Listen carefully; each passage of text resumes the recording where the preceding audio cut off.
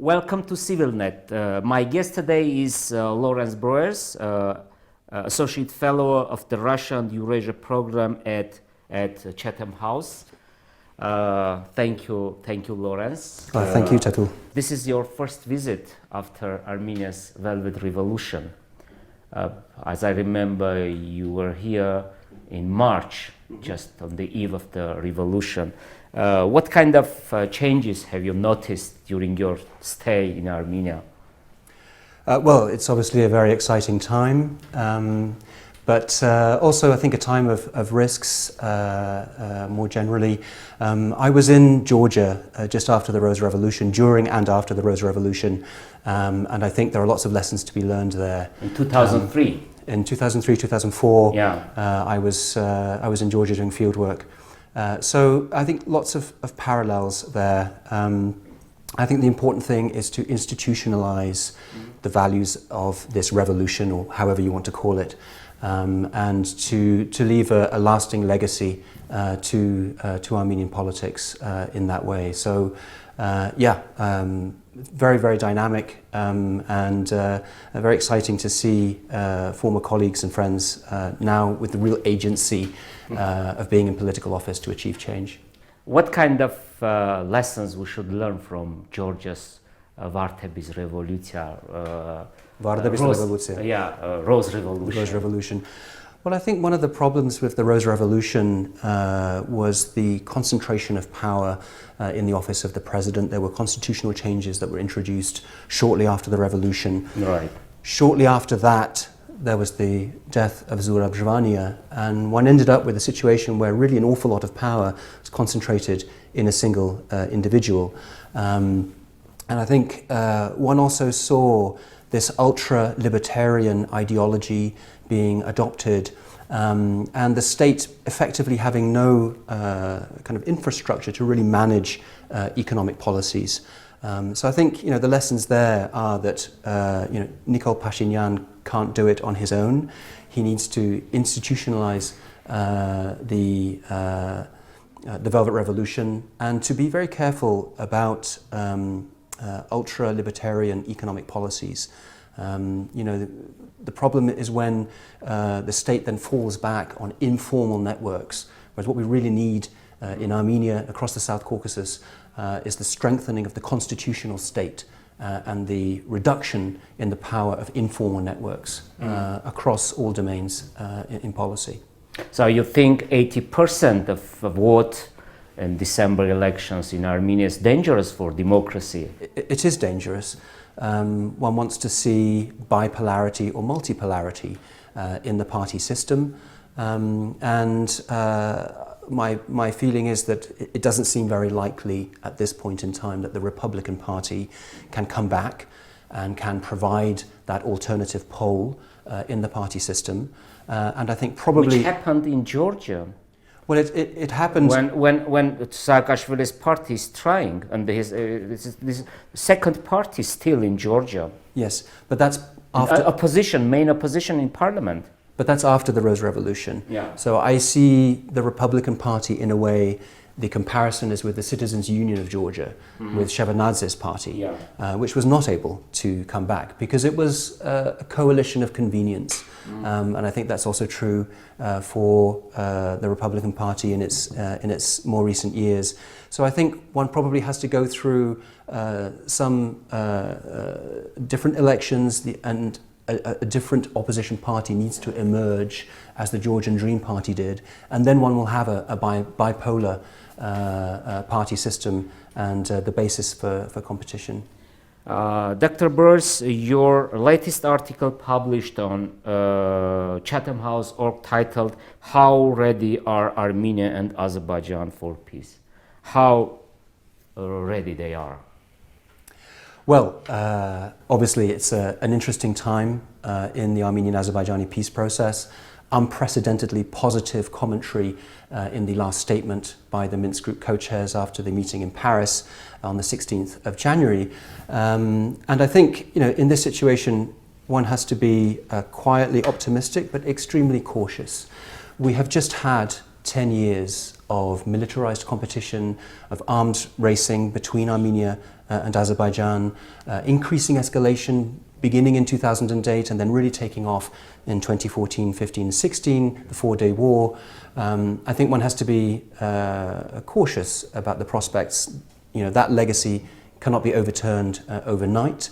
And I'm also a little bit concerned about this language of preparing people for peace. It still makes people into the passive object of policy. I think that people will only trust the peace process once they themselves have agency and responsibility to act within it. So I think the time is perhaps ready for a rehabilitation of contacts across the conflict. We've had an Azerbaijani journalist, Shahin Hajiev from Turan, was here in Azerbaijan. That kind of thing needs to become unremarkable, needs to become fairly normal. There were some Azerbaijani journalists in Armenia, there were some Armenian journalists in Azerbaijan. That kind of contact needs to become normalized again, as it once was. By the way, during Haydar Aliyev's time, I twice, after the war, visited Azerbaijan. Exactly. Yeah. So, Laurence, it's obvious that that Azerbaijan in recent months tuned down to war rhetoric, anti-Armenian hatred. Why? What's wrong with Azerbaijan? Well, I think Azerbaijan's strategy in this long-term rivalry with Armenia is at an interesting moment. I think the Four-Day War in April 2016 demonstrated that neither side is actually ready for a large-scale international conflict. I think Azerbaijan was looking for a symbolic victory, which it achieved, recouping. You think? I think so. I think it was, you know, a symbolic, tactical victory. It demonstrated the capacity of the Azerbaijani armed forces to mount interoperable operations. I mean, between different wings of the military, to retake some small pieces of territory. But the price was so high. Yes, but it was high. But in terms of a narrative justifying large expenditures on the military over recent years, this was the first time that the Azerbaijani military had retaken territory since 1994. Yeah, which is true. Which I think, in that sense, you know, one does see a narrative there, and that's how the narrative has been played in Azerbaijan. But strategically, nothing important, nothing major changed. Many people believe that the April War was motivated by economic concerns. The oil price since then has recovered, so that logic has moved into the background. And you've got a new leadership in Armenia. I think Azerbaijan sees this as an opportunity to make some diplomatic progress and also to demonstrate to the wider world that it is committed to a diplomatic solution. Azerbaijan has often been depicted as the spoiler in this process in recent years. I think they see an opportunity in Baku to change that narrative and to develop a more favorable and more positive image. From where we should start, or not we, I mean the parties involved, start the peace building process, from which is the starting point? Well, I think overall there are three agendas that are in play. The first agenda is low-cost confidence-building measures. That's what we've been seeing over the past few weeks. The re-establishment of an operative channel, hotline, across the line of contact, the deployment of state border control units rather than army units in some parts of the Azerbaijani border with Armenia, and the reduction in line of contact violence and casualties. Now, this is all positive, but it's low cost. These are all changes that can be reversed very easily, and there's no real political capital, I think, staked on those changes. The second agenda is what I would call more structural confidence-building measures.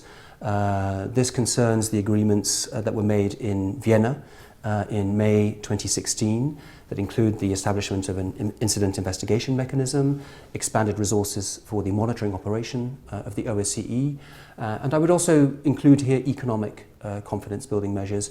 These are all measures that imply more structural change new institutions, new mandates, expanded resources, that's a political risk. So I think that is where the discussion needs to head next. We need to see commitment to those agreements.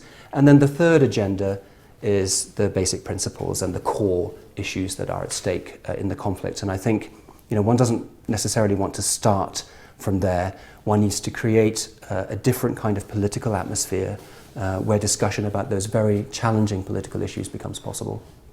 Basic principles, Madrid Principles. The parties are negotiating since 2007. Do you think that Madrid Principles are valid now? Well, I know from personal experience, talking to people across Azerbaijan, in Armenia, and in Nagorno-Karabakh, that the Madrid Principles are extremely unpopular. It's very difficult to start a constructive conversation when you begin with the Madrid Principles. But I think there is a reality here, which is that the basic principles, the Madrid Principles, whatever you call them, that set of ideas is not going to change. There is nothing new under the sun, as a US co-chair likes to say. Those are the fundamental building blocks, and it's very difficult, I think, to conceive of a different set of ideas that could address the problems on the ground. So I think, in today's climate, very difficult to have a conversation about the Madrid Principles. But let's say months, years down the road, when there hasn't been line of contact violence, when contacts have become normalized, I think you create a different kind of atmosphere for discussion of the Madrid Principles and the difficult issues they contain. Yeah. Armenia and Nagorno-Karabakh. By the way, we often we don't want to speak about the core, the main party of the conflict, Nagorno-Karabakh. But Armenia and Nagorno-Karabakh have their red lines. We know, we understand, we believe that Nagorno-Karabakh will never be part of Azerbaijan. Are there some kind of red lines in Azerbaijan? The red lines in Azerbaijan, so to speak, are the direct opposite of that Nagorno-Karabakh can have any status other than a separate status. Which means that we should not speak about peace process, about resolution. Well, I think, again, it's about where you start the conversation, and I think to talk about the status and resolving the status issue today is very difficult. I think, when you go to Nagorno-Karabakh and you realize the siege mentality that people have there, it's not very surprising that it's very difficult to have a conversation about territorial withdrawals and the return of displaced communities and so on. But I think there is an underlying point here, which is that one of the features of this peace process is that the people who are most affected by the conflict don't have a voice in the broader peace process. So here in Armenia, that's understood in terms of Karabakh Armenians and the de facto authorities in Nagorno-Karabakh. In Azerbaijan, that's understood in terms of displaced communities, the Karabakh-Azerbaijani community displaced from Karabakh. And at some point, it is essential that these voices join the peace process and are heard. They have the biggest stake, so to speak, in a resolution. So it's quite a dysfunctional process that excludes them. Prime Minister Nikol Pashinyan emphasizes the involvement of the Nagorno-Karabakh into the peace process. Do you think that that realistic of the third party, the core party of the conflict in this period? And what is the Azerbaijani's reaction? Well, I think it's important to remember that until 1997, 1998, Karabakh Armenians were present in the negotiations, as were Karabakh Azerbaijanis. But within Azerbaijani delegation, because Karabakh Armenians or Armenian side rejected any Azerbaijani participant in Stepanaker's delegation. Yeah, well, I think that was mutual and it was reciprocal. Yeah. And John Maresca, the former co-chair from the United States, writes about this in his memoirs, that there were very difficult discussions at the first meetings of the Minsk group outside Rome about how to arrange the table and the seating arrangements for Karabakh Armenians and Karabakh Azerbaijanis who were present at those talks. So, I think at this moment in time, it is quite difficult to see how these constituencies can be brought into the process. But I think eventually it is inevitable. How else are you going to root the legitimacy of a peace process if you don't include the people who are most affected by it? And about your new book. In September, we'll have a new book on Karabakh conflict. Yes, my book is called Armenia and Azerbaijan, Anatomy of a Rivalry. And again, missing part, Nagorno-Karabakh. There is no... There's plenty of discussion of the situation in Nagorno-Karabakh very important. In the book. So it's being published by Edinburgh University Press. It will be out in September of this year. It's a wide-ranging book, but I think the key question that it addresses is why has there been no resolution of the conflict? So I do cover the reasons for the origins and the causes of the conflict, but the main focus is the obstacles to peace.